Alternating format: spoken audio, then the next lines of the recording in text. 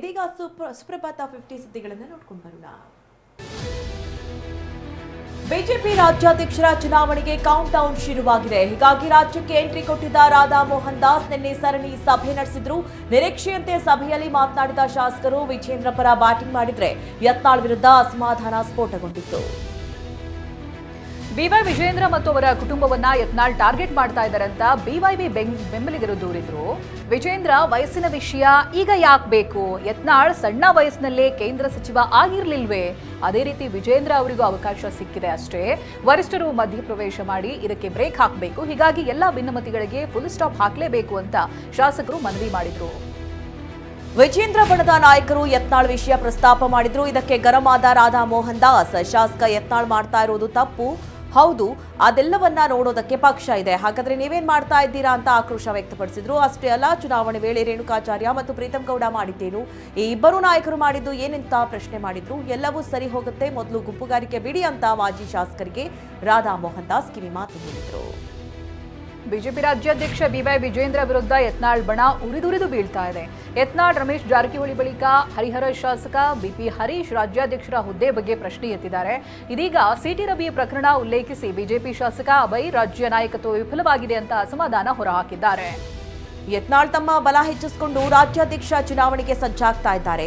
ಹೊತ್ಕೊಂಡಿರುವ ಬಣ ಬೆಂಕಿ ಚುನಾವಣೆ ಮೇಲೆ ಎಫೆಕ್ಟ್ ಆಗುವ ಸಾಧ್ಯತೆ ಇದೆ. ಹೀಗಾಗಿ ಸರಣಿ ಸಭೆ ನಡೆಸಿದ ರಾಧಾ ಮೋಹನ್ ದಾಸ್ ಎಲ್ಲದಕ್ಕೂ ಮಧ್ಯೆರಿಯೋ ಪ್ರಯತ್ನ ಮಾಡಿದ್ದಾರೆ. ಹೀಗಿದ್ರೂ ರಾಧಾ ಮೋಹನ್ ದಾಸ್ ಸಭೆಗೂ ಆಕ್ಷೇಪ ವ್ಯಕ್ತವಾಗಿದೆ. ವಿಜೇಂದ್ರ ಬಣ ಯತ್ನಾಳ್ ಬಣ ವಿರುದ್ಧ ಪ್ರತ್ಯೇಕ ಸಭೆ ನಡೆಸಿತು. ಮಾಜಿ ಸಚಿವ ಕಟ್ಟಾ ಸುಬ್ರಹ್ಮಣ್ಯ ನಾಯ್ಡು ನಿವಾಸದಲ್ಲಿ ನಡೆದಂತಹ ಸಭೆಯಲ್ಲಿ ಎಂಪಿ ರೇಣುಕಾಚಾರ್ಯ, ಹರತಾಳು ಹಾಲಪ್ಪ, ಮಾಜಿ ಶಾಸಕರಾದ ಬಸವರಾಜ್ ದೊಡೆಸಗೂರು ಸೇರಿದಂತೆ 10ಕ್ಕೂ ಹೆಚ್ಚು ಜನ ಭಾಗವಹಿಸಿದ್ರು. ಯತ್ನಾಳ್ ಟೀಮ್ ವಿರುದ್ಧ ಗುಡುಗಿದ್ರು. ಬಿಜೆಪಿ ಜಿಲ್ಲಾಧ್ಯಕ್ಷರ ನೇಮಕಾತಿ ವಿಚಾರವಾಗಿ ನಿನ್ನೆಯ ಸಭೆಯಲ್ಲಿ ಜಿಲ್ಲಾಧ್ಯಕ್ಷತೆ 24 ಜಿಲ್ಲೆಗಳಿಂದ ಮಾತ್ರ ಕೋರ್ ಕಮಿಟಿಗೆ ಹೆಸರುಗಳು ಶಿಫಾರಸುಗೊಂಡಿದೆ. ಒಂದೊಂದು ಹೆಸರಿನ ಬದಲಾಗಿ ಪ್ರತಿ ಜಿಲ್ಲೆಯಿಂದ 2-3 ಹೆಸರು ಕಳುಹಿಸುವಂತೆ ಸಭೆಯಲ್ಲಿ ರಾಜ್ಯ ಉಸ್ತುವಾರಿ ರಾಧಾ ಮೋಹನ್ ದಾಸ್ ಅಗರ್ವಾಲ್ ಸೂಚನೆ ಕೊಟ್ಟಿದ್ದಾರೆ. 100 ವರ್ಷಗಳ ಹಿಂದೆ ಮಹಾತ್ಮ ಗಾಂಧೀಜಿ ಅಧ್ಯಕ್ಷತೆಯಲ್ಲಿ ಬೆಳಗಾವಿಯಲ್ಲಿ ಕಾಂಗ್ರೆಸ್ ಸಮಾವೇಶ ನಡೆದಿತ್ತು. ಅದೇ ಸ್ಥಳದಲ್ಲಿ ನಿನ್ನೆ ಕಾಂಗ್ರೆಸ್ ಬೃಹತ್ ಸಮಾವೇಶ ನಡೆಸಿ ಶಕ್ತಿ ಪ್ರದರ್ಶನ ಮಾಡಿದೆ.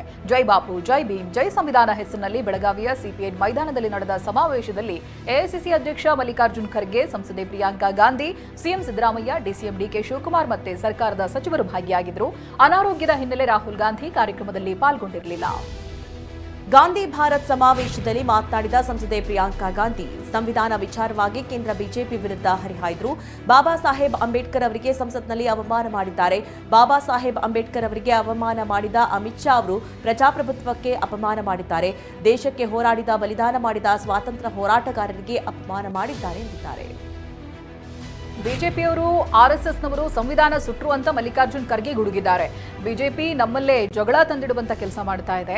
ನೆಹರು ಅಂಬೇಡ್ಕರ್ ಮಧ್ಯೆ ಜಗಳ ತಂದಿಡುವ ಕೆಲಸ ಮಾಡಿದ್ದಾರೆ. ಅಂಬೇಡ್ಕರ್ ಬೆಳಗಾವಿಯಲ್ಲಿ ಬಹಿಷ್ಕೃತ ಹಿತಕರ್ಣಿ ಸಭೆ ಮಾಡಿದ್ರು. ಅಂಬೇಡ್ಕರ್ರನ್ನ ಕಾಂಗ್ರೆಸ್ ಸೋಲಿಸಿದೆ ಎಂಬ ಬಿಜೆಪಿ ಆರೋಪ ಸುಳ್ಳು ಅಂತ ಖರ್ಗೆ ಕಿಡಿಕಾರಿ. ದರೋಡೆಯ ತಂಡದ ನೇಮಕ, ದರೋಡೆಯ ಬ್ಯಾಂಕ್ ದಿನಾಂಕ, ಟೈಮಿಂಗ್ ಎಲ್ಲವನ್ನೂ ಧಾರಾವಿಯಲ್ಲೇ ಕೂತು ಸ್ಕೆಚ್ ಹಾಕಲಾಗಿತ್ತು. ಗ್ಯಾಂಗ್ನ ಕಿಂಗ್ ಪಿನ್ ಮುರುಗಂಡಿ ದೇವರ್ 2 ತಿಂಗಳ ಹಿಂದೆ ಮಂಗಳೂರಿಗೆ ಬಂದು ಮಂಗಳೂರಿನಲ್ಲಿ ನೆಲೆಸಿರುವಂತಹ ತಮಿಳುನಾಡು ಮೂಲದ ಸ್ನೇಹಿತರ ಜೊತೆ ಕೋಟೆಕಾರು ಬ್ಯಾಂಕ್ನ ಮಾಹಿತಿಯನ್ನ ಪಡೆದಿದ್ದ. ಜೊತೆಗೆ ಕೋಟೆಕಾರ್ನ ಸ್ಥಳೀಯ ವ್ಯಕ್ತಿಗಳಿಂದ ದರೋಡೆಗೆ ಸಹಕಾರವನ್ನು ಪಡೆದಿದ್ದ. ಆ ಬಳಿಕ ಮತ್ತೆ ಮುಂಬೈಗೆ ತೆರಳಿ 5 ಜನರ ತಂಡದೊಂದಿಗೆ ಮುಂಬೈನಿಂದ ಕೋಟೆಕಾರ್ವರೆಗೂ ಕಾರ್ನಲ್ಲೇ ಬಂದು ದರೋಡೆ ನಡೆಸಲಾಗಿತ್ತು. ಆರೋಪಿ ಡಕಾಯಿತರು ಪೊಲೀಸ್ ಬಲೆಗೆ ಬೀಳ್ತಾ ಇದ್ದಂತೆ ಅವರ ಮಾಸ್ಟರ್ ಪ್ಲಾನ್ಗಳು ಒಂದೊಂದಾಗಿಯೇ ಹೊರಬೀಳ್ತಾ ಇದೆ. ಮೊದಲು 10 ಜನರ ತಂಡ ರೆಡಿ ಮಾಡಿದ್ದ ಮುರುಗಂಡಿ ದೇವರ್ ಕೊನೆ ಗಳಿಗೆಯಲ್ಲಿ 4ರನ್ನ ಈ ದರೋಡೆಯಿಂದ ಕೈಬಿಟ್ಟಿದ್ದ. ಹೀಗಾಗಿ ಈ 4ರಲ್ಲಿ ಓರ್ವ ಧಾರಾವಿ ಗ್ಯಾಂಗ್ ಸದ್ಯದಲ್ಲೇ ದೊಡ್ಡ ಮಟ್ಟದ ದರೋಡೆ ನಡೆಸುತ್ತೆ ಅನ್ನೋ ಮಾಹಿತಿ ಹೊರಹಾಕಿದ್ದ. ಕಾರಿನ ಜಾಡು ಹಿಡಿದು ಮುಂಬೈಗೆ ತೆರಳಿದ್ದ ಮಂಗಳೂರು ಪೊಲೀಸರಿಗೆ ಮುಂಬೈ ಪೊಲೀಸರು ಧಾರಾವಿ ಗ್ಯಾಂಗ್ನ ಮಾಹಿತಿ ಕೊಟ್ಟಿದ್ರು. ಅದರಂತೆ ದರೋಡೆಕೋರರ ಬಂಧನವೂ ರಣರೋಚಕವಾಗಿ ನಡೆದಿದೆ. ದರ್ಶನ್ ಜಾಮೀನು ರದ್ದು ಕೋರಿ ಸುಪ್ರೀಂ ಕೋರ್ಟ್ನಲ್ಲಿ ಸಲ್ಲಿಸಿದ್ದ ಅರ್ಜಿ ವಿಚಾರಣೆ ಇದೇ ಜನವರಿ 24ರಂದು ನಡೆಯಲಿದೆ. ಸುಪ್ರೀಂ ಕೋರ್ಟ್ ನ್ಯಾಯಮೂರ್ತಿ ಪರ್ದಿವಾಲಾ ಹಾಗೂ ನ್ಯಾಯಮೂರ್ತಿ ಮಹದೇವನ್ ವಿಭಾಗೀಯ ಪೀಠದಲ್ಲಿ ಅರ್ಜಿ ವಿಚಾರಣೆಗೆ ಬರಲಿದೆ. ಇನ್ನು ಈಗಾಗಲೇ ದೆಹಲಿಗೆ ತೆರಳಿರುವ ಎಸ್ಪಿಪಿ ಪ್ರಸನ್ನಕುಮಾರ್ ಪೊಲೀಸರ ಪರ ನೇಮಕವಾಗಿರುವ ವಕೀಲರ ಜೊತೆ ಚರ್ಚೆ ನಡೆಸಿದ್ದಾರೆ. ಹತ್ಯೆ ಪ್ರಕರಣದ ಪ್ರಮುಖ ಆರೋಪಿಯಾಗಿರೋ ನಟ ದರ್ಶನ್ಗೆ ಪೊಲೀಸರು ಶಾಕ್ ನೀಡಿದ್ದಾರೆ. ದರ್ಶನ್ ಬಳಿ ಇದ್ದ ಗನ್ ಲೈಸೆನ್ಸ್ ತಾತ್ಕಾಲಿಕವಾಗಿ ರದ್ದುಗೊಳಿಸಿ ಬೆಂಗಳೂರು ಪೊಲೀಸ್ ಕಮಿಷನರ್ ಆದೇಶ ಹೊರಡಿಸಿದ್ದಾರೆ. ಈ ಹಿಂದೆ ಗನ್ ಲೈಸೆನ್ಸ್ ಯಾಕೆ ರದ್ದು ಮಾಡಬಾರದು ಅಂತ ನೋಟಿಸ್ ಅನ್ನು ನೀಡಲಾಗಿತ್ತು. ಇದೀಗ ದರ್ಶನ್ ಉತ್ತರದಿಂದ ಸಮಾಧಾನಗೊಳ್ಳದ ಖಾಕಿ ಗನ್ ಲೈಸೆನ್ಸ್ ತಾತ್ಕಾಲಿಕವಾಗಿ ರದ್ದು ಮಾಡಲಾಗಿದೆ. ಹೀಗಾಗಿ ಗನ್ ಪೊಲೀಸರಿಗೆ ಸರೆಂಡರ್ ಮಾಡಲಾಗಿದೆ. ಕೋಪದ ಕೈಗೆ ಬುದ್ಧಿ ಕೊಟ್ಟು ನಾನಾ ಸಂಕಷ್ಟ ಎದುರಿಸ್ತಾ ಇರೋ ದರ್ಶನ್ ಸದ್ಯ ನಿಧಾನವಾಗಿ ಸಿನಿಮಾ ಚಟುವಟಿಕೆಗಳಲ್ಲಿ ತೊಡಗಿಸಿಕೊಳ್ತಾ ಇದ್ದಾರೆ. ಸಹೋದರ ದಿನಕರ್ ಆಕ್ಷನ್ ಕಟ್ ಹೇಳಿರುವ ರಾಯಲ್ ಸಿನಿಮಾ ಸ್ಪೆಷಲ್ ಪ್ರೀಮಿಯರ್ ಶೋನಲ್ಲಿ ದರ್ಶನ್ ಪಾಲ್ಗೊಂಡಿದ್ರು. ತಾಯಿ ಮೀನಾ ತೂಗುದೀಪ್ ಜೊತೆ ಕೂತು ದರ್ಶನ್ ರಾಯಲ್ ಸಿನಿಮಾವನ್ನ ವೀಕ್ಷಣೆ ಮಾಡಿದ್ರು. ಮಂಗಳೂರು ನೀರು ಸರಬರಾಜು ಮತ್ತು ಒಳಚರಂಡಿ ಮಂಡಳಿಯ 4ನೇ ಹಂತ 2ನೇ ಹೆಗ್ಗನಹಳ್ಳಿಯಿಂದ ಜಿಕೆವಿಕೆ ಕಡೆಗೆ ಸಾಗುವ 1800 ಮಿಲಿಮೀಟರ್ ವ್ಯಾಸದ ನೀರಿನ ಮುಖ್ಯ ಕೊಳವೆಯ ನೀರು ನಿಲುಗಡೆ ಮಾಡುವಂತ ಕಾಮಗಾರಿ ಆರಂಭವಾಗ್ತಾ ಇದೆ. ಹೀಗಾಗಿ ಇವತ್ತು ಕಾವೇರಿ ನೀರು ಪೂರೈಕೆಯಲ್ಲಿ ವ್ಯತ್ಯಯವಾಗಲಿದೆ ಅಂತ ಬೆಂಗಳೂರು ಜಲಮಂಡಳಿ ತಿಳಿಸಿದೆ. ಬೆಂಗಳೂರಿನ ಪ್ರಮುಖ ಏರಿಯಾಗಳಲ್ಲಿ ಇಂದು ಕಾವೇರಿ ನೀರು ಬರಲ್ಲ. ಆರ್ಆರ್ ನಗರ, ಐಡಿಯಲ್ ಹೋಮ್ಸ್, ಕೆಂಚೇನಹಳ್ಳಿ, ಹಲಗೆ ವಡೇರಹಳ್ಳಿ, ಕೋಡಿಪಾಳ್ಯ, ಚನ್ನಸಂದ್ರ, ಕೆಂಗೇರಿ ಉಪನಗರ, ನಾಗದೇವನಹಳ್ಳಿ, ಮರಿಯಪ್ಪನಪಾಳ್ಯ, ನಾಗರಬಾವಿ, ಎಸ್ಎಂವಿ ಲೇಔಟ್ 1ರಿಂದ 9ನೇ ಬ್ಲಾಕ್, ಮಲ್ಲಥಹಳ್ಳಿ, ಕೊಟ್ಟಿಗೆಪಾಳ್ಯ, ಹೆರೋಹಳ್ಳಿ, ಹೆಗ್ಗನಹಳ್ಳಿ, ಸುಂಕದಕಟ್ಟೆ, ರಾಜಗೋಪಾಲ್ ನಗರ, ಲಕ್ಷ್ಮೀದೇವಿ ನಗರ, ಲಗ್ಗೆರೆ, ಪೀಣ್ಯ ಕೈಗಾರಿಕಾ ಪ್ರದೇಶ, ಪೀಣ್ಯಾಟಿ, ದಾಸರಹಳ್ಳಿ, ನೆಲಗದರಹಳ್ಳಿ, ಅಬ್ಬಿಗೆರೆ, ಬ್ಯಾಟರಾಯನಪುರ, ಅಮೃತಹಳ್ಳಿ, ಜಕ್ಕೂರು, ಯಲಹಂಕ ಓಲ್ಡ್ ಮತ್ತು ನ್ಯೂ ಟೌನ್, ಕೋಗಿಲು, ವಿದ್ಯಾರಣ್ಯಪುರ ಸೇರಿ ಹಲವು ಏರಿಯಾಗಳಲ್ಲಿ ನೀರು ಪೂರೈಕೆಯಲ್ಲಿ ವ್ಯತ್ಯಯವಾಗಲಿದೆ. ಅಪಘಾತದಲ್ಲಿ ಗಾಯಗೊಂಡಿರುವ ಸಚಿವೆ ಲಕ್ಷ್ಮೀ ಹೆಬ್ಬಾಳ್ಕರ್ ಆರೋಗ್ಯವನ್ನ ವಿನಯ್ ಗುರೂಜಿ ವಿಚಾರಿಸಿದ್ದಾರೆ. ಬೆಳಗಾವಿ ಖಾಸಗಿ ಆಸ್ಪತ್ರೆಯಲ್ಲಿ ಚಿಕಿತ್ಸೆ ಪಡೆಯುತ್ತಿರುವ ಹೆಬ್ಬಾಳ್ಕರ್ ಭೇಟಿಯಾಗಿ ಶೀಘ್ರ ಗುಣಮುಖರಾಗಿ ಅಂತ ಆಶೀರ್ವಾದ ಮಾಡಿದ್ದಾರೆ. ಇದೇ ವೇಳೆ ತಮ್ಮೊಂದಿಗೆ ತಂದಿದ್ದಂತ ಪ್ರಸಾದವನ್ನ ಹೆಬ್ಬಾಳ್ಕರ್ಗೆ ಗುರೂಜಿ ನೀಡಿದ್ದಾರೆ. ಬಿಜೆಪಿ ಮುಖಂಡ ಪ್ರವೀಣ್ ನೆಟ್ಟಾರ್ ಹತ್ಯೆ ಪ್ರಕರಣ ಸಂಬಂಧ 21ನೇ ಆರೋಪಿಯನ್ನ ಎನ್ಐಎ ಅಧಿಕಾರಿಗಳು ಬಂಧಿಸಿದ್ದಾರೆ. ಅತೀಕ್ ಅಹಮದ್ ಬಂಧಿತ ಆರೋಪಿಯಾಗಿದ್ದು, ಹತ್ಯೆಯ ಪ್ರಮುಖ ಸಂಚುಕೋರ ಮುಸ್ತಫಾ ಫೈಚಾರ್ಗೆ ಆಶ್ರಯ ನೀಡಿದ್ದ ಆರೋಪದ ಮೇಲೆ ಬಂಧಿಸಲಾಗಿದೆ. ಮುಸ್ತಫಾ ಫೈಚಾರ್ ಬಂಧನದ ಬಳಿಕ ತಲೆಮರೆಸಿಕೊಂಡಿದ್ದ ಅತೀಕ್ ಅಹಮದ್ ಕೊನೆಗೂ ಬಲೆಗೆ ಬಿದ್ದಿದ್ದಾನೆ. ಪ್ರವೀಣ್ ನೆಟ್ಟಾರು ಹತ್ಯೆ ತನಿಖೆ ವೇಳೆ ಎನ್ಐಎಗೆ ಮತ್ತಷ್ಟು ಸ್ಫೋಟಕ ಮಾಹಿತಿ ಪತ್ತೆಯಾಗಿದೆ. ನೆಟ್ಟೂರುಗಳಂತವರನ್ನ ಟಾರ್ಗೆಟ್ ಮಾಡಿದ್ದ ಪಿಎಫ್ಐ ಅಂತವರ ಹತ್ಯೆ ಮಾಡಬೇಕು ಅಂತಾನೆ ಪಿಎಫ್ಐ ಸೀಕ್ರೆಟ್ ತಂಡಗಳ ರಚನೆಯನ್ನ ಮಾಡಿತ್ತಂತೆ. ಪಿಎಫ್ಐ ಸರ್ವಿಸ್ ಟೀಮ್ಸ್ ಅಂತ ಕರೆಯಲ್ಪಡುವಂತ ತಂಡಗಳನ್ನ ರಚಿಸಿ ವಿಶೇಷ ತರಬೇತಿ ಸಹ ನೀಡಲಾಗಿತ್ತು ಅನ್ನೋದು ತನಿಖೆಯಲ್ಲಿ ಬಯಲಾಗಿದೆ. ಆಸ್ತಿ ವಿಚಾರದಲ್ಲಿ ಅಣ್ಣನ ಮಗನನ್ನ ಕೊಂದಿದ್ದಂತ ಚಿಕ್ಕಪ್ಪ ಅರೆಸ್ಟ್ ಆಗಿದ್ದಾನೆ. ನೆಲಮಂಗಲ ತಾಲೂಕಿನ ತ್ಯಾಮಗುಂಡ್ಲು ಪೊಲೀಸರು ಆರೋಪಿ ಸುರೇಶ್ನನ್ನ ಬಂಧಿಸಿದ್ದಾರೆ. 20ನೇ ತಾರೀಕು ಚನ್ನಲಿಂಗಯ್ಯನ ಪಾಳ್ಯದ ರವಿಕುಮಾರ್ ಕೊಲೆ ನಡೆದಿತ್ತು. ಇಂಡಿಕಾ ಕಾರ್ನಿಂದ ಗುದ್ದಿ ಭೀಕರ ಕೊಲೆ ಮಾಡಲಾಗಿತ್ತು. ಪೀಣ್ಯದ ಸಂಬಂಧಿ ಮನೆಯಲ್ಲಿ ತಲೆಮರೆಸಿಕೊಂಡಿದ್ದಂತ ಆರೋಪಿಯನ್ನ ಬಂಧಿಸಲಾಗಿದೆ. ದೆಹಲಿ ಚುನಾವಣಾ ಗಗನದಲ್ಲಿ ಹೋರಾಡುವ ಸೇನಾನಿಗಳ ಲೆಕ್ಕ ಪಕ್ಕ ಆಗಿದೆ. ದೆಹಲಿಯ ಒಟ್ಟು 70 ವಿಧಾನಸಭಾ ಕ್ಷೇತ್ರಗಳಲ್ಲಿ ಈಗ 699 ಅಭ್ಯರ್ಥಿಗಳು ಅಂತಿಮವಾಗಿ ಕಣದಲ್ಲಿ ಉಳಿದಿದ್ದಾರೆ. ನವದೆಹಲಿಯ ವಿಧಾನಸಭಾ ಕ್ಷೇತ್ರದಲ್ಲಿ ಅತಿ ಹೆಚ್ಚು 23 ಅಭ್ಯರ್ಥಿಗಳು ಕಣದಲ್ಲಿದ್ದಾರೆ. ಕಸ್ತೂರ್ಬಾ ನಗರ ಮತ್ತು ಪಟೇಲ್ ನಗರ ವಿಧಾನಸಭಾ ಕ್ಷೇತ್ರಗಳಲ್ಲಿ ಕಡಿಮೆ ಅಂದರೆ ತಲಾ 5 ಅಭ್ಯರ್ಥಿಗಳು ಕಣದಲ್ಲಿದ್ದಾರೆ. ರಾಹುಲ್ ಗಾಂಧಿ ವಿರುದ್ಧ 250 ನಷ್ಟವಾಗಿದೆ ಅಂತ ಕೇಸ್ ದಾಖಲಿಸಲಾಗಿದೆ.